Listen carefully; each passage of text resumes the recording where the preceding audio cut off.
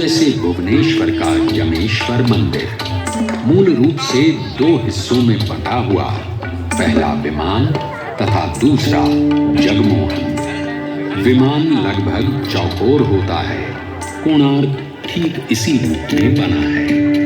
केंद्रीय मंदिर रथ की आकृति में बना है। सूरज के 7 घोड़ों द्वारा खींचे जा रहे विमान और जगमोहन दोनों एक ही पीठ पर संयुक्त रूप से बने हुए रथ का सा आभास पैदा करते हैं। सूर्य रथ में 24 पहिए हैं और 7 दिनों के प्रतीक देते 7 घोड़े रथ को खींचते नजर आते हैं।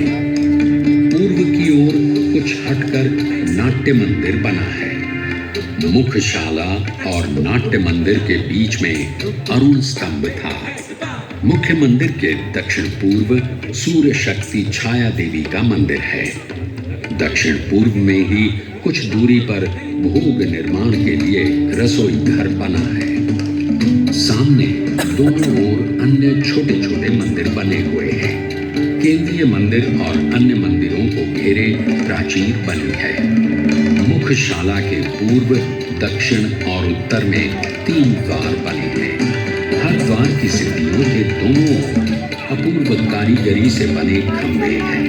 पूर्व की ओर है सिंह द्वार, दक्षिण में अश्व द्वार और उत्तर में है गज द्वार। सूर्य के प्रकाश में भेद नहीं है। वो जाति, धर्म, संप्रदाय और देश में फर्क नहीं करता। कोणार्क का सूर्य मंदिर सर्वधर्म की पीठ है। सब एक हैं, यही कोणार्क कला का संदेश है। कोणार्क को गौर से देखें तो वो केंद्र से एकाकार होता नजर आता है, मानो कोई ताकत उसे अपने में लीन कर लेना चाहती हो।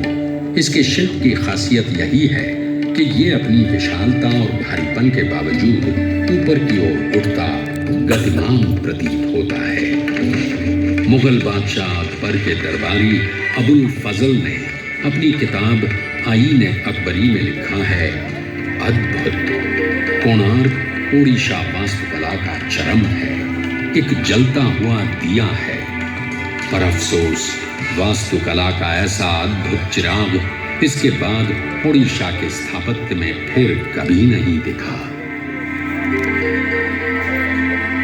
ओडिशा के मंदिर भव्य साज सज्जा वाले मंदिर हैं। प्राकृतिक बिंबों में कमल की आकृति प्रायः हर मंदिर में मिल जाएगी। कमल जहां एक तरफ सूर्य को बिंबित करता है, वहीं वो प्रतीक है प्रज्ञा का, ज्ञान का, परम ज्ञान का। पत्ते और डालियों से की गई सजावट भी प्रायः सभी मंदिरों की सज्जा का अंग है। ये डालियां बिना फूलों वाली हों तो सादा डाली, फूलों वाली हों तो गेंदा डाली, पक्षी बैठे हों तो हंसा डाली। अगर डालियां आपस में गूंथी गोलाकार रूप लिए हों तो फांसी लता के नाम से पुकारी जाती है। कोणार्क के पहिए और चक्र की सज्जा में भी इसका प्रयोग देखने को मिलता है। उड़ीसा में मंदिरों के दरवाजों पर जबरदस्त नक्काशी देखने को मिलती है। कोणार्क मंदिर के प्रवेश द्वार पर जो झांकी उकेरी गई है, वो है मनुष्य कौतुकी, जिसमें मानव आकृति अलग अलग भाव भंगिमाओं में द्वार के दोनों ओर लताओं का सहारा लिए झूलती दिखाई गई है। साथ ही कई द्वारों पर ऊपर की ओर बढ़ती लता डालियां जो मानव आकृतियां लिए हुए हैं, उन्हें भी उकेरा गया है। कोणार्क मंदिर के प्रवेश द्वार पर एक और खास आकृति उकेरी नजर आती है।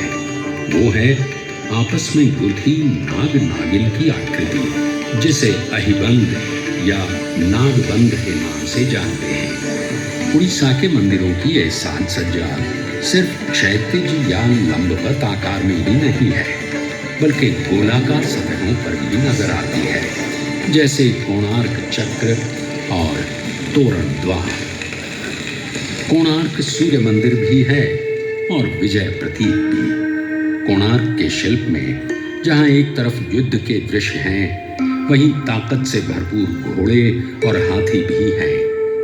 दहाड़ता हुआ सिंह हाथी को अपने पंजे में लिए हुए दिखलाया गया है। विभिन्न स्थानों पर राजा की आकृति उकेरी गई है। यहाँ तक कि मंदिर के गर्भगृह में राजा को घुटने पे झुके स्वयं सूर्यदेव के हाथों हार पहनते दिखलाया गया है। कोणार्क उड़ीसा मंदिर वास्तुकला का अंतिम मंदिर है, जहां परंपरा के साथ साथ कला की नई दृष्टि का मिलन साफ देखने को मिलता है। वास्तुकला के परंपरागत विषयों और बिंबों से हटकर नए विषय और प्रतीक परंपरा को आगे ले जाते नजर आते हैं।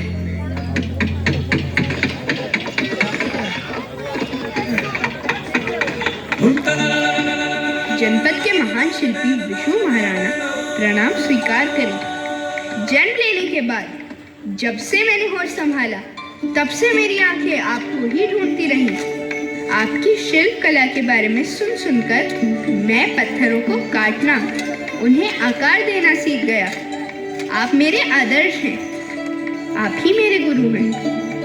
बचपन में पिता की बाहों का झूला तो नहीं मिला, लेकिन गुरु का आशीष तो मिल सकता है ना महाराज।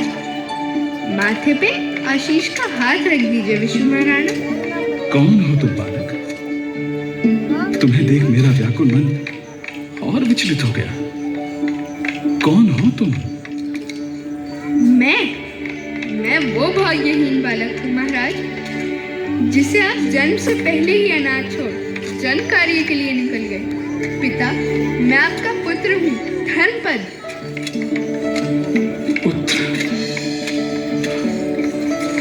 हाय रे शिल्पी जीवन, 12 वर्षों तक जिसे भूला रहा, आज वो सामने खड़ा है, जिसे गले लगाने को जी चाहता है। घंटों महीनों जिसे निहारने, बातें करने का मन करता है। लेकिन हाय रे दुर्भाग्य, 1200 शिल्पियों के प्राण पुत्र स्नेह से अधिक प्रिय है। क्षमा पुत्र, मैं विवश हूं। ये दधिनौती नहीं लगा तो शिल्पियों के प्राण चले जाएंगे। अभी तुम जाओ, बाद में मिलूंगा जब काम समाप्त हो जाएगा। ये काम तो अभी के अभी समाप्त किया जा सकता है। ये दधिनौती शिखर पे चढ़ाना कौन सा मुश्किल काम है। मैं आपका पुत्र हूँ महाराज, बस आशीर्वाद दीजिए। अचंभित पिता मुंह खोले देखते रह गए। धर्मपद जुट गया। देखते ही देखते दधिनौती शिखर को छूने लगा। जो काम सिद्ध शिल्पी न कर सके, वो 12 वर्ष के एक बालक ने कर दिखाया। सब चकित थे। काम पूरा हो जाने का उत्साह था, वहीं एक 12 वर्ष के बालक से हार जाने की ग्लानि भी। शिल्पियों के दल में बातें शुरू हो गईं। अगर महाराजा को इस बात का पता चला तो सबकी बदनामी होगी। हमारी कला, हमारी कारीगरी से लोगों का भरोसा उठ जाएगा। बात धर्मपद के काम में पड़ी। पिता के शिल्प और 1200 शिल्पियों की कलाकारी पे उसकी वजह से प्रश्न उठे, ये उसे मंजूर नहीं था। और देखते देखते चंद्रभागा नदी में छलांग लगा। शिल्पी मान मर्यादा की रक्षा के लिए अपने प्राण त्याग दिए।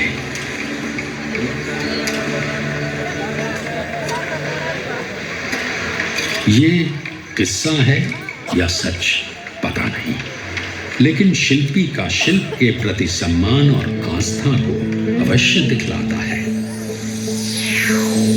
1200 शिल्पियों की 12 वर्षों की अनथक साधना के बाद कोणार्क का अद्वितीय सूर्य मंदिर बनकर तैयार हुआ।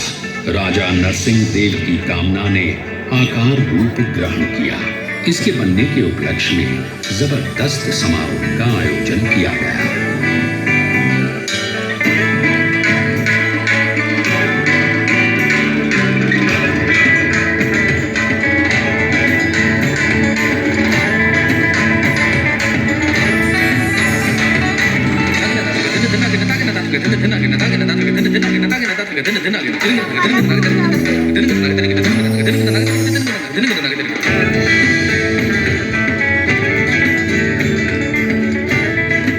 दूर दूर से अपार जनसमूह समारोह में भागीदारी के लिए उमड़ पड़ा। नृत्य, नाट्य, गायन वादन के साथ सूर्य के मंत्रोच्चार से कोणार्क गुंजायमान हो गया। पूरे 1 महीने तक पूजा अर्चना चलती रही। राजा नरसिंह देव स्वयं